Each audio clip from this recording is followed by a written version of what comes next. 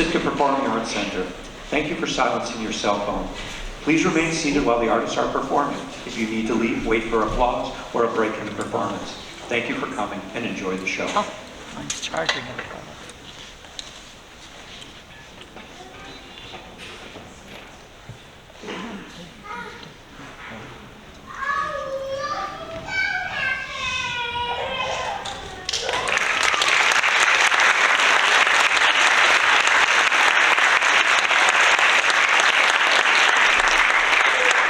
Good afternoon, ladies and gentlemen. I am Chief Warrant Officer 3, Daniel Parker, the commander of the 11th Airborne Division up in Anchorage, Alaska.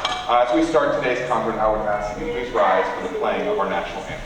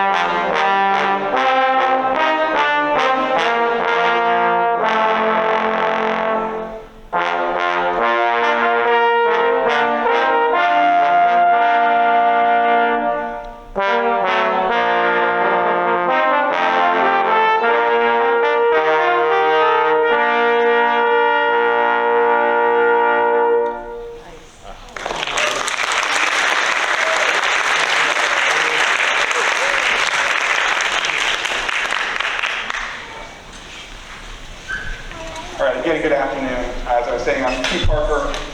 We are the 11th Airborne Division Band. You might have seen us in Sitka before.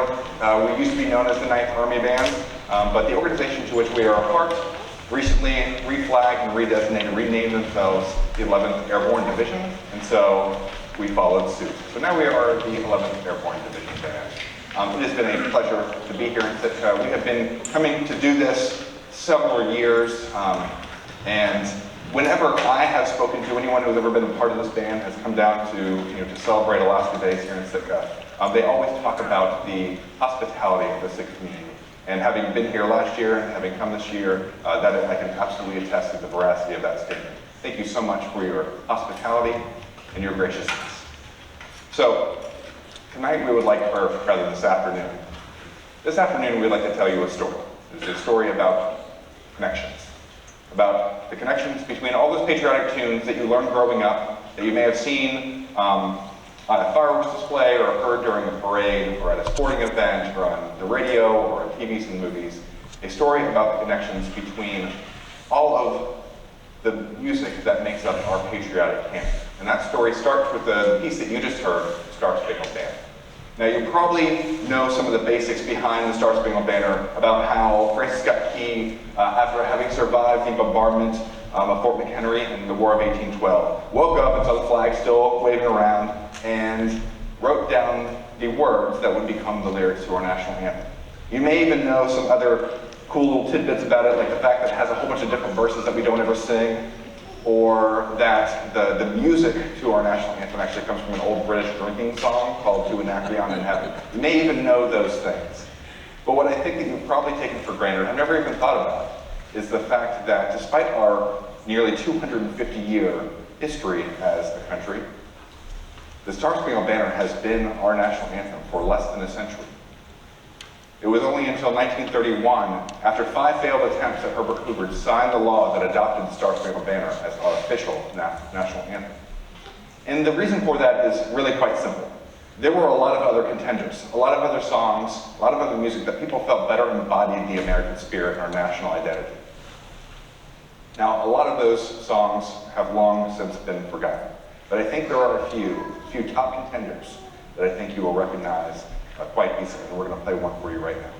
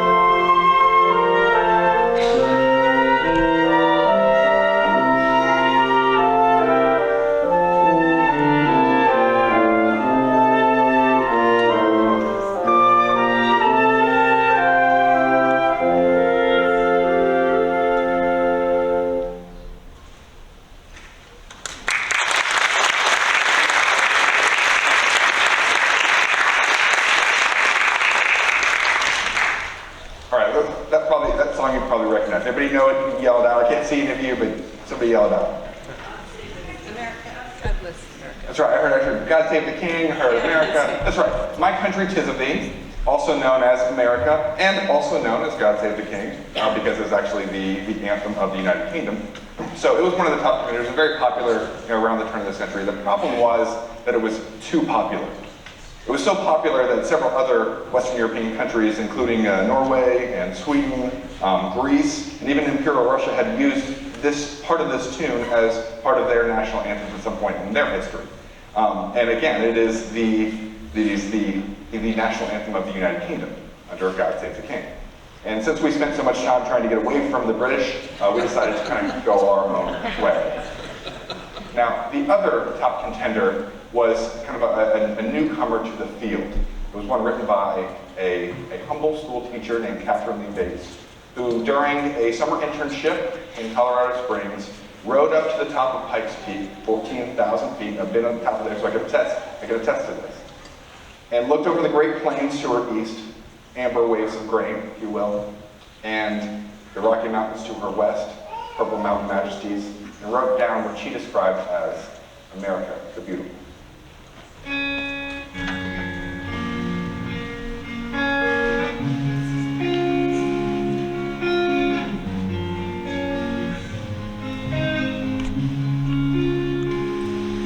Oh, beautiful,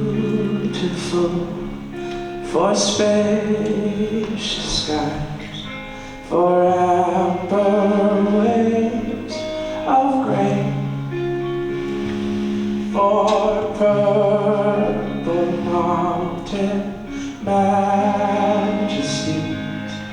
above the fruited clay.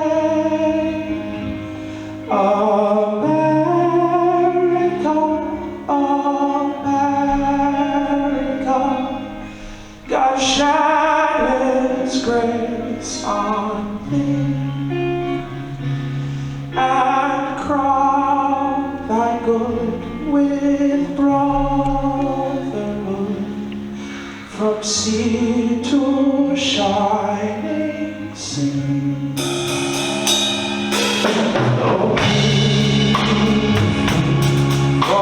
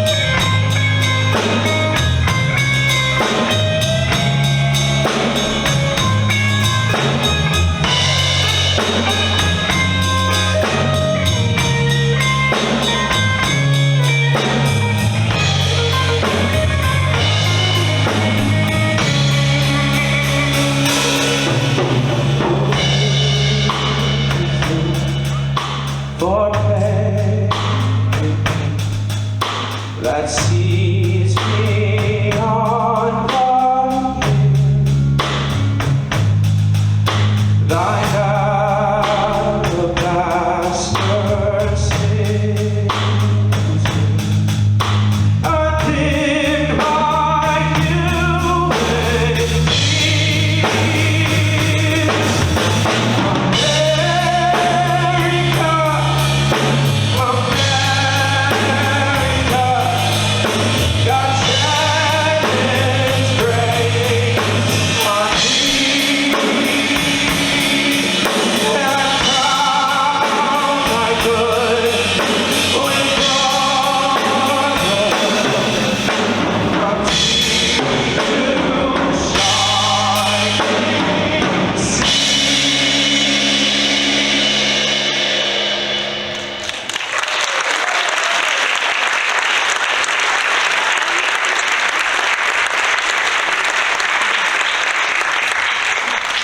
Guessing that after we probably didn't think the first song in that way, but I hope you enjoyed that performance.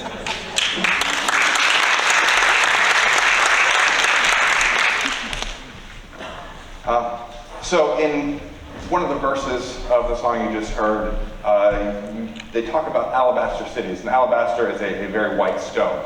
It was a direct reference to the Chicago World's Fair of 1892, whose whitewashed neoclassical exhibition halls had earned them the nickname the White City. Now, Catherine Lee Bates had probably gone through that area on her way up to Colorado Springs, or at least was very familiar with it. So the Chicago World's Fair of 1892, also known as the Columbian Exposition because it celebrated the 400th anniversary of Columbus sailing west. It introduced Americans to a lot of different things. The Ferris wheel, juicy fruit gum, shredded wheat, and because we can't forget the alcohol, Pabst Blue Ribbon. And even those little like squash pennies that you get at amusement parks, you crank the thing and it gets a little imprint on it. Those also introduced during the Chicago World's Fair. But it also introduced us to one of our most enduring patriotic practices. Now, feeling as though there needed to be something to mark the beginning of every school day, a Baptist minister named Francis Bellamy convinced President Harrison to sign Proclamation 335 that added a flag ceremony to the beginning of the school day. And so, on October 12th, in conjunction with the opening of the World's Fair, October 12th, 1892, students all over the country stood up and recited the following words for the first time. I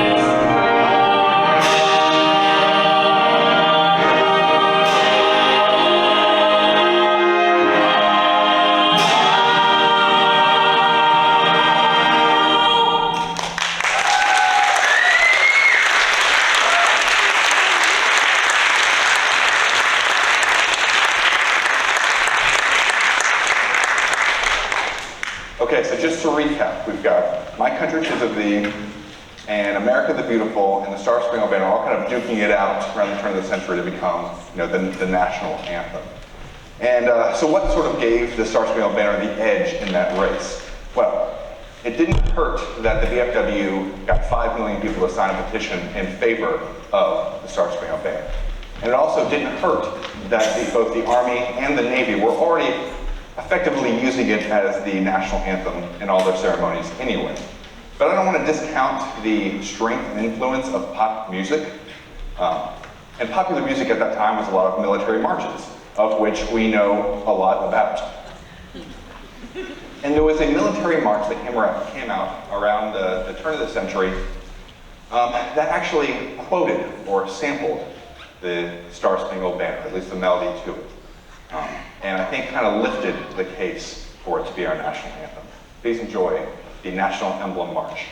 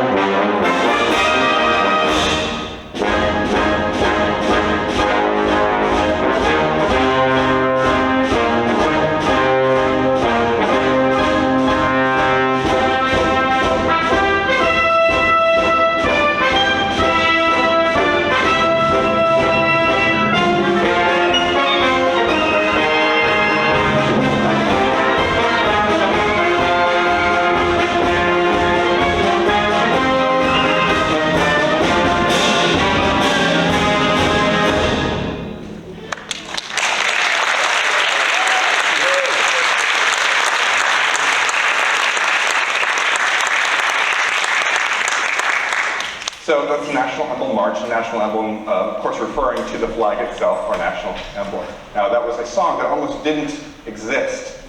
It was written in 1902 by a man named Edward Bagley while on tour with his family band. He wrote the song, he decided he didn't like it, threw it in the garbage. Well, his family members got it out of the garbage, rehearsed it in secret, and then demanded that they play it at the next concert. And it's a good thing that he acquiesced because it made him famous, and it's really the only thing he's remembered for. But it wasn't just the strength of the song itself that lifted, the Star Spangled Banner up. It also caught the ear of a much more famous and much more influential musician that I think you have probably heard of before. His name was John Philip Sousa. Sousa loved this, the American March King, Sousa. And he loved this march. In fact, when it came time to pick songs for the Liberty Bond drives of World War I to, raise money for the war effort, he chose 4 songs that he had written himself, naturally, and then this one that you just heard, the National Emblem March. Now, 3 of the 4 that he chose that he had written himself, the Washington Post March, Semper Fidelis March, and the Thunderer, are all very famous marches that you would instantly recognize if we started playing them for you, even if you didn't recognize the names. but his fourth march was his crowning achievement, a march that became so intertwined with our national identity that in 1987, it became officially our national march. Now, we typically play this as a standard traditional military march, but since we just played one for you, we're going to give it to you in a slightly different format. Please enjoy the Stars and Stripes Forever. 1, 2, 1, 2, 1, 2, 3, 4.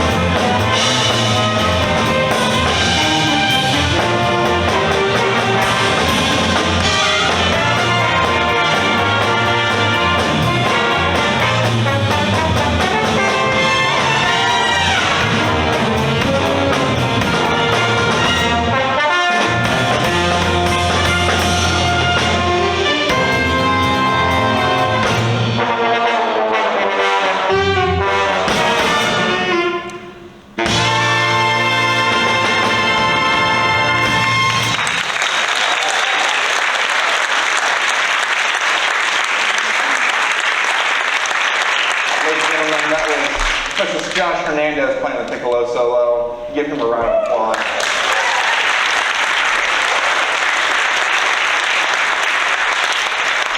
As a trumpet player myself, I can tell you that it's not an easy task. So as influential as Sousa was, even he had his influences. And for him, it was a man named Patrick Gilmore, a Civil War era band leader whose legacy stands alone. He was the guy who founded what would become the Boston Pops in Madison Square Garden. He was the director of music at the Centennial celebrations in 1876 and at the dedication of the Statue of Liberty a decade later. And as legend has it, he's also the one who started our tradition of ringing in the new year in New York City's Times Square. But you probably know him from two songs that come out of the Civil War era. Now, the first one he wrote after the Battle of Gettysburg. And imagining all those soldiers coming back home to their families, wounded and that sort of thing, he wanted to write a song that captured the determination of their service and the joy of their reunion. And the result is a rousing tune that he titled, When Johnny Comes Marching Home Again.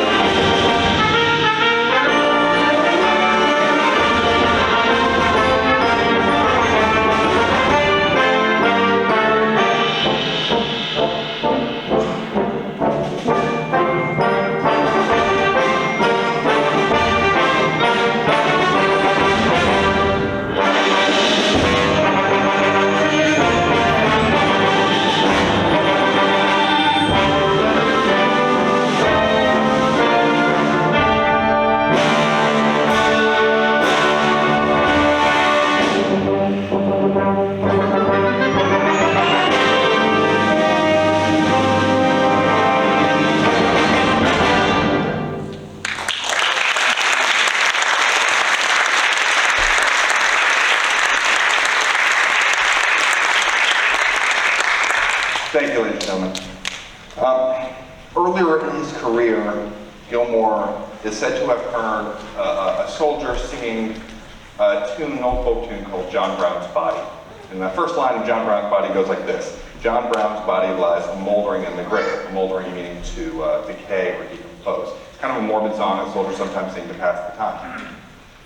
Well, he liked it, and he arranged it. He would perform it at his concerts. It became very popular, and it was this version of the tune that fell upon the ears of a high society woman named Julia Ward Howe, whose sensibilities were a little bit ruffled by the morbid nature of the tune, and wanted to rewrite the lyrics so that it more honored, those who were fighting in the war. And so, one night, in a sleepless fit, she went downstairs and rewrote the lyrics. And her version now begins with the famous line, "Mine eyes have seen the glory of the coming of the Lord." This is Battle Hymn of the Republic.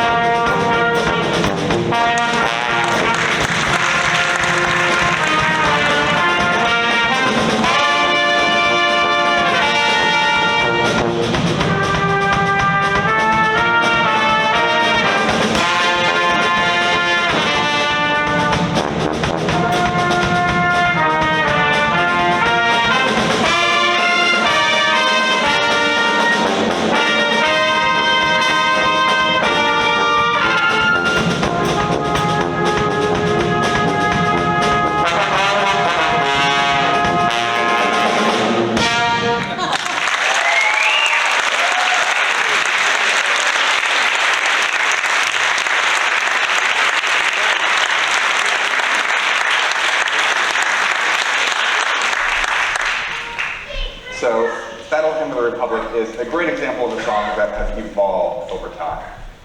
Somebody writes something, it gets picked up by another person, they add to it, another person changes it a little bit, and eventually becomes the form we all sort of know. And we've got a great example of another song that is dear to those in Alaska. So in 1927, a school student named Benny Benson drew a picture for a competition. It's got a blue background, it's got the Big Dipper and the North Star, and was adopted as the Alaska state flag. 8 years later, a woman named Marie Drake was inspired by that flag and wrote a poem about it. And then a year after that, another woman named Eleanor Dusenberry was inspired by that flag and was inspired by that poem and put that poem into music. And so as the result of three strangers who never directly collaborated with each other, we now have the Alaska flag song.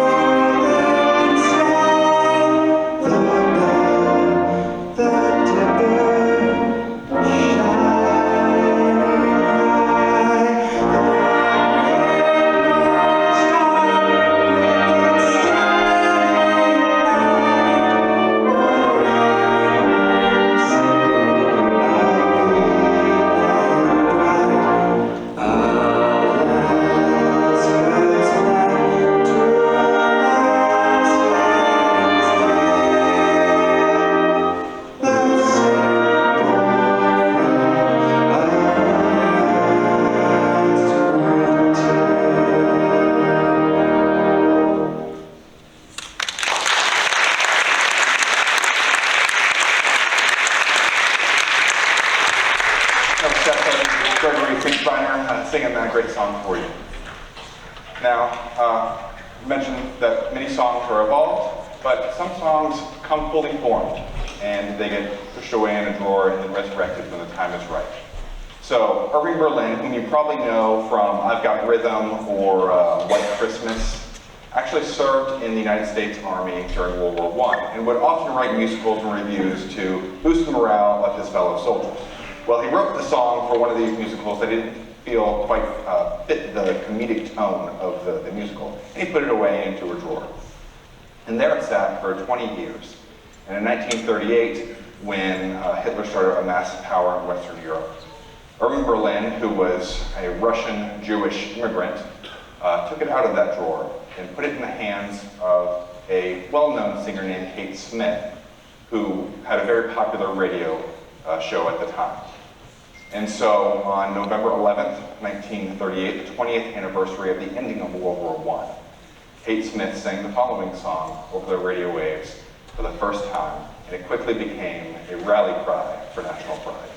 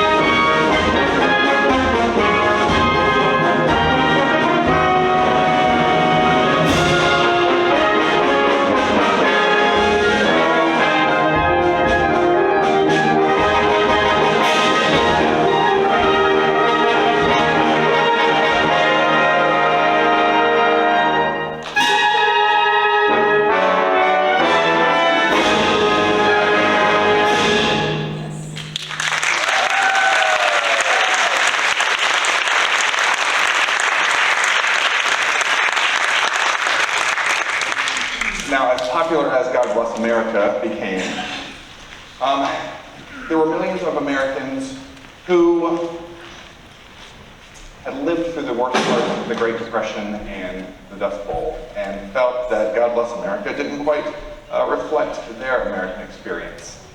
And there was one Oklahoman musician who felt so strongly about this that he wrote a song in direct response to God Bless America, one that he felt better represented his American ideal. Now, he wrote this under the working title, God Blessed America for Me, but you know it as Woody Guthrie's This Land Is Your Land.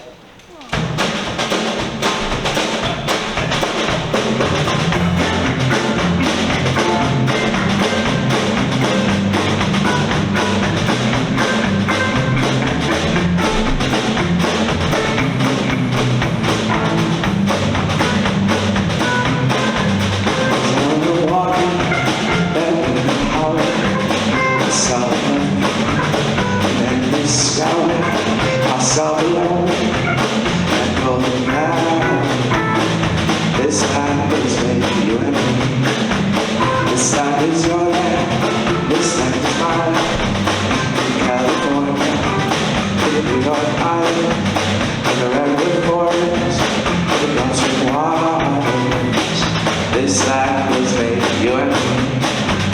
I've roamed and rambled, I've followed footsteps in sparkling sands of a garden desert, and all around me a voice was sounding.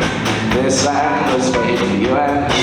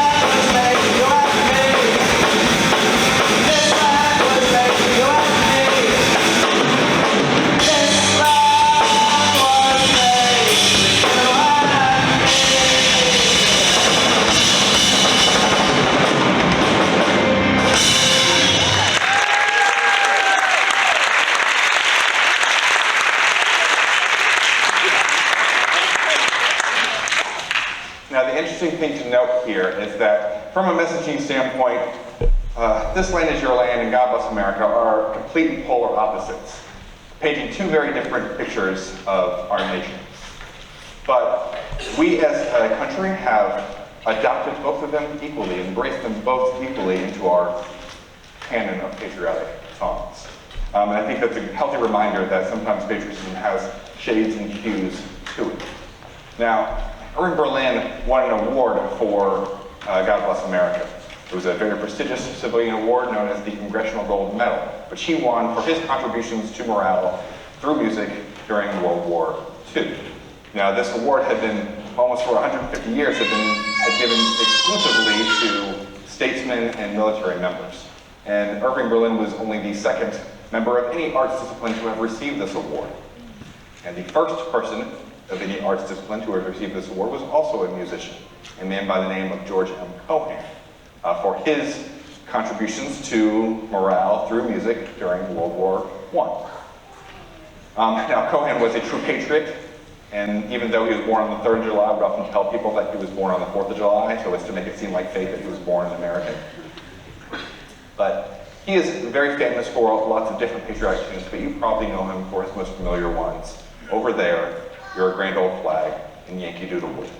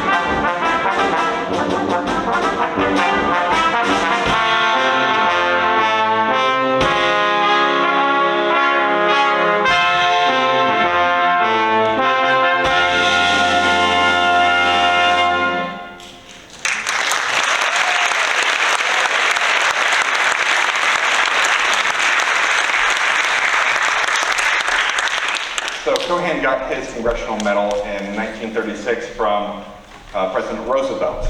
And a few years later, Roosevelt instituted and signed into law the Selective Service and Training Act, also known as the draft. And because art often imitates life, Hollywood started making movies about the draft. And there was a comedy that premiered called Buck Privates that made A-list stars of its two leads, the comedy duo known as Abbott and Costello. But there was a set piece written specifically for that film to showcase a very popular singing group at the time known as the Andrews Sisters. And the piece that they used for that film became a quick patriotic standard. This is Boogie Woogie Doogle Boy.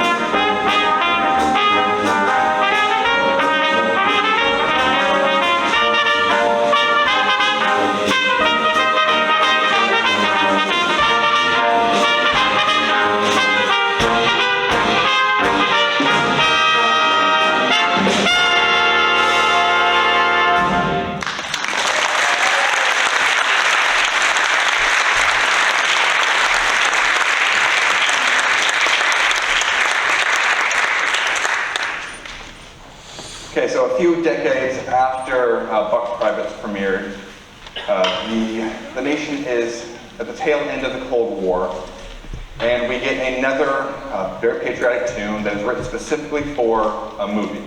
Now, this movie didn't have anything to do with the military specifically, or any specific military conflict, but it definitely captured the spirit of America during the tension of the Cold War. That movie is Rocky IV. Are we familiar with this film, Rocky IV? I asked like I could see your hands, but I'm assuming that some people have seen this film. So if you'll allow me to kind of set the scene here. So in Rocky IV, Rocky's enemy turned friend, Apollo Creed, has challenged this Russian juggernaut named Ivan Drago to a goodwill exhibition boxing match. And so we're in Las Vegas and we're doing the introductions. And Drago, his introduction is that the floor opens up and he's like literally ascending from the depths, out of the darkness, squinting at the light. He's clearly set up as the bad guy. The symbolism is just bananas here. And at the same time, Apollo Creed is, again, literally descending from the rafters, descending from the heavens, set up as the good guy, and he's wearing this, very over-the-top outfit, stars and stripes boxing shorts, and this sequin blue vest, and this Uncle Sam top hat. He's dancing and all this stuff. And in the middle of this circus, there is the godfather of soul himself, James Brown, singing a song that Sylvester Stallone, as director of the film, had commissioned specifically to capture the over-the-top, almost P.T. Barnum-esque American showmanship of Apollo Creed. This is Living in America.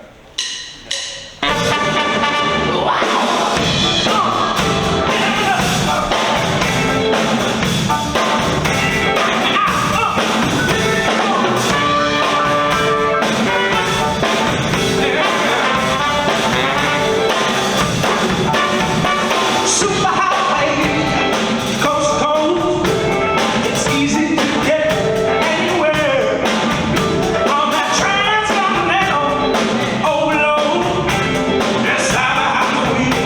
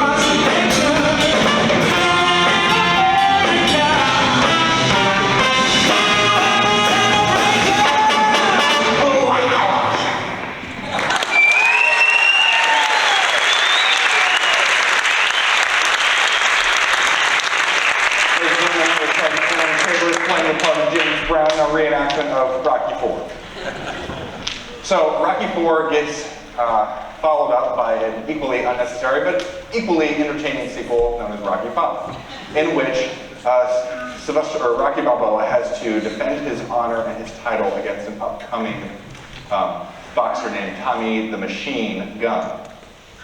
And this character was played by a real-life boxer named Tommy Morrison, who used the stage name The Duke because he claimed to have been the grandnephew of screen legend John Wayne, who was also known as The Duke, and was born Robert Morrison.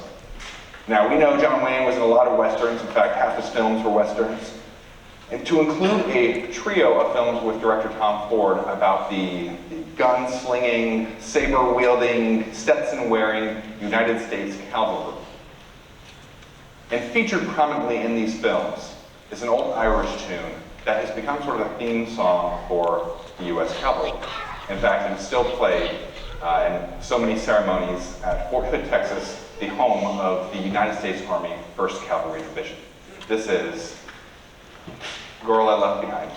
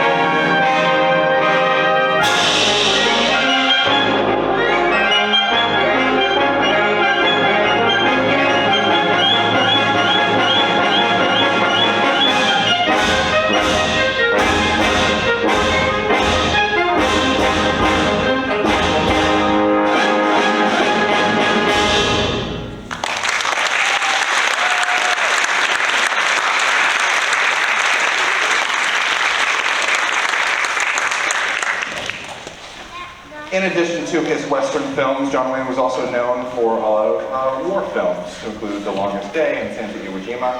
And he also played a role of Colonel Mike Kirby in a small film called The Green Berets. Now, this movie was based on a book whose author had spent some time studying and training with the Green Berets, and wanted, when it came time to publish the book, he wanted a real-life Green Beret to don the cover of the book, and his paths crossed with a Staff Sergeant Barry Sadler Jr., whom he paid $50 for his headshot. Now, this same Staff Sergeant Barry Sadler Jr. went on to write probably the most popular patriotic tune of the Vietnam era, the Ballad of the Green Berets, which was a song that in the midst of the folk rock era and a lot of the protest music was something that a lot of Americans who had lived through World War II and Korea and the Korean War really needed to hear. A patriotic ode to the bravery, courage, and sacrifice of the American service member. This is Ballad of the Green Berets.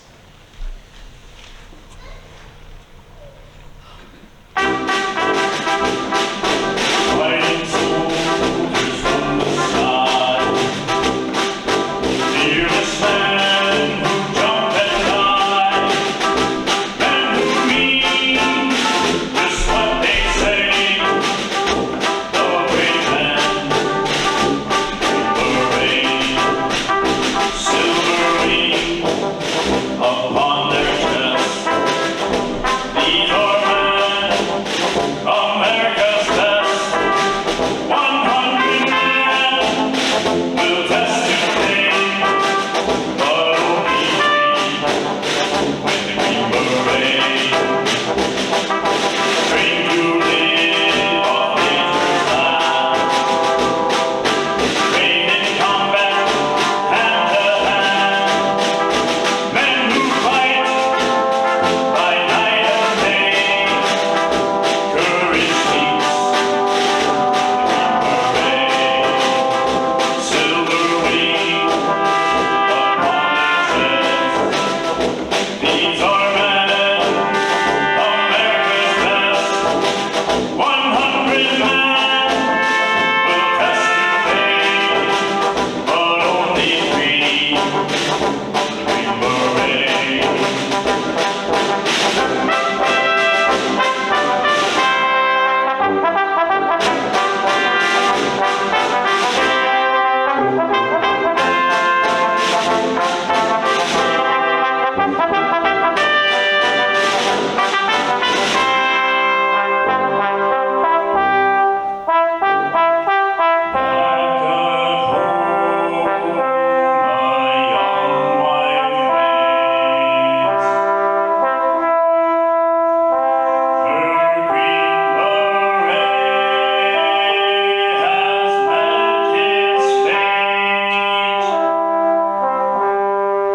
He has died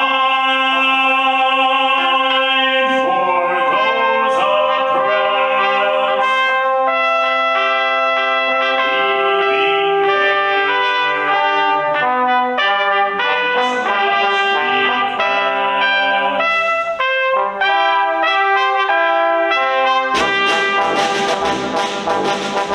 request. Put silver rings on my son's chest, make him one of America's best. He'll be a man they'll test one day, have him win the Green Beret.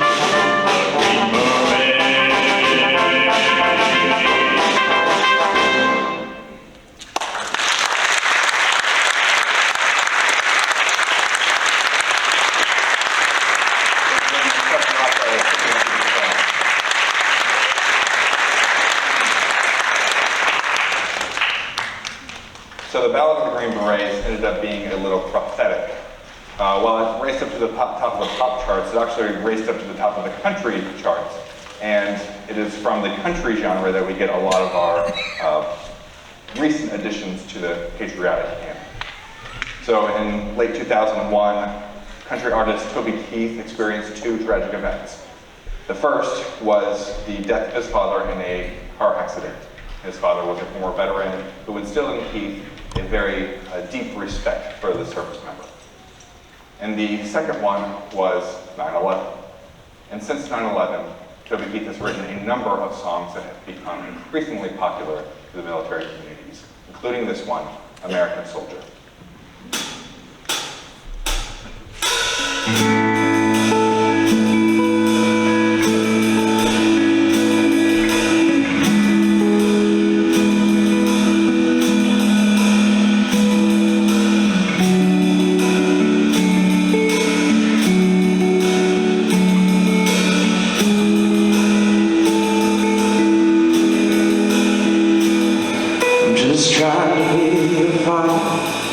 Raise a daughter and a son, be a lover to their wife, and everything that everyone up and had a pride and earned.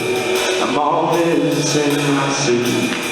Yeah, I'm dressed up for success, from my head down to my boots. I don't do it for the money. There's bills that I can't pay. I don't do it for the glory. I just do it anyway. Provide for our future, my responsibility. Yeah, I'm real good under pressure, being all that I can be. I can't call it sick on my days when the weekend's been too strong. I just work straight through the holidays, sometimes all night long. You can bet that I'll stand ready when the wolf howls at the door. Hey, I'm solid. Hey, I'm steady. Hey, I'm true down to the core. And I'll always do my duty, no matter what the price. I've counted up the cost. I know the sacrifice. No, and I don't want to die for you, but a dying's asking me. I'll bear that cross with honor, 'cause freedom don't come free. And I'm American soldier, American. Beside my brothers and my sisters, I will proudly take a stand. When liberty's in jeopardy, I will always do what's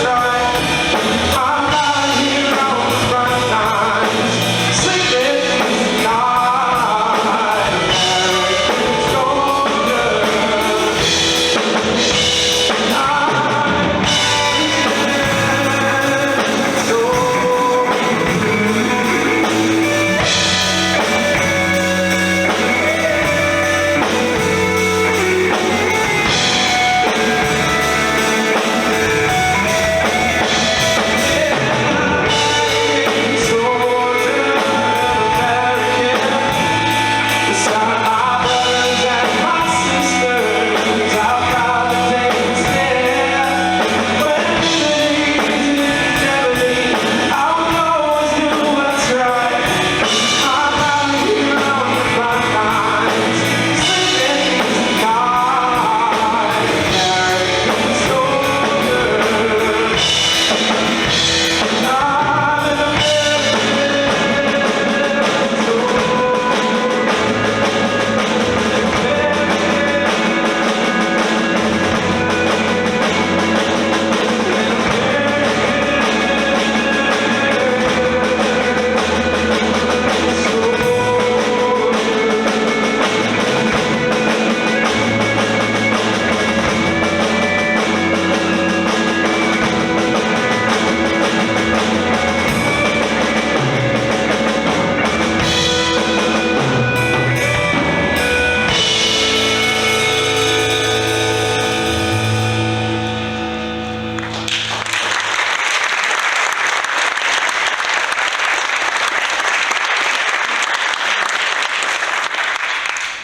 Ladies and gentlemen, tragedy is a powerful muse. It's tragedy that gave us the song you just heard, and tragedy that gives us perhaps the most definitive patriotic song of the modern era. In 1983, a Korean commercial jet veered into Russian airspace and was shot down, being mistaken for a US spy plane, killing over 200 people, including 63 Americans. And it was this event that inspired a young songwriter named Lee Greenwood to write, despite the tragedy, to write down all the reasons that he was proud to be an American. This is God Bless the USA.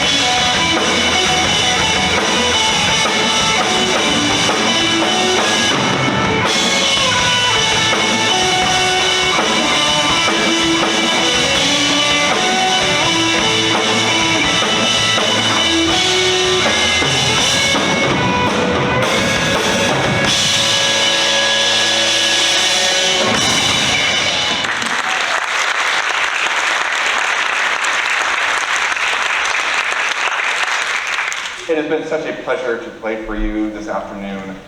We could probably stop the concert right there, but we would be remiss not to play a couple songs, since this is a concert about connections and about a story. To play some songs that have a deep connection for us military members and are part of our story. They are the United States service songs. And these are not songs that you probably heard on the radio, and they're really only heard inside the military concept, but incredibly deep part of our identity. Now, while they have connections to each individual, has the connections between some of the other songs that we played for you this afternoon, I think the most important connection is one that exists between them. And where many of the songs we've played for you today have been written by civilians, each of these service songs has been written by a service member.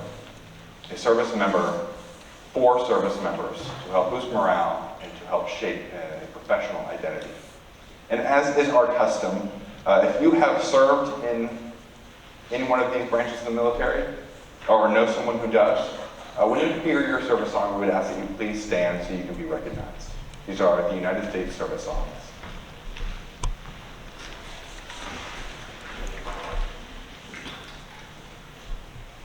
United States Coast Guard. We're all headed for the goal. We bring such a sweet name. Through surf and storm and mud, I shall our purpose lead. Shelter us is our cause.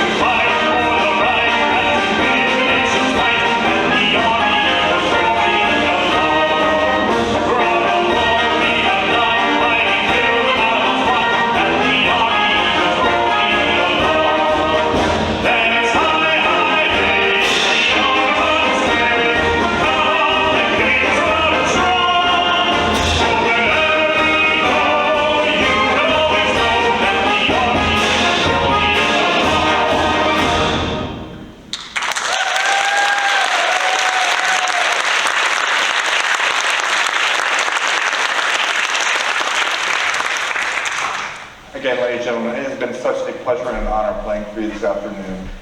And I'd like to thank the members of the Alaska Day Committee for helping to set this all up and to generously offer to host it every year. And to the employees of PAC, Gene and Danush, for helping us set up everything and the Performing Arts Center today. Just wonderful, wonderful hospitality all around. Now, we are going to leave you with one more song, and it is a song that predates the country, comes from the Revolutionary War period, and but it was one that I think is our first patriotic national song.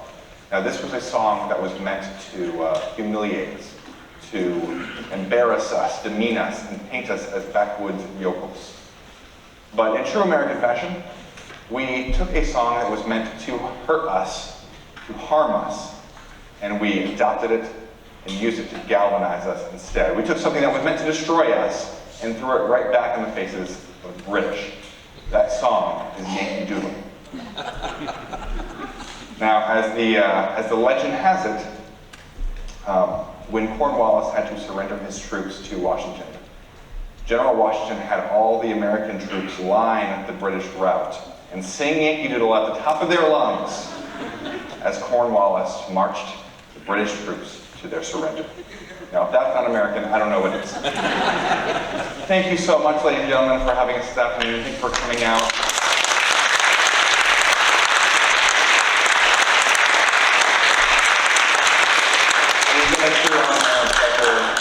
This is the 11th Airborne Division Band, and please enjoy the rest of your evening. This is Yankee Doodle.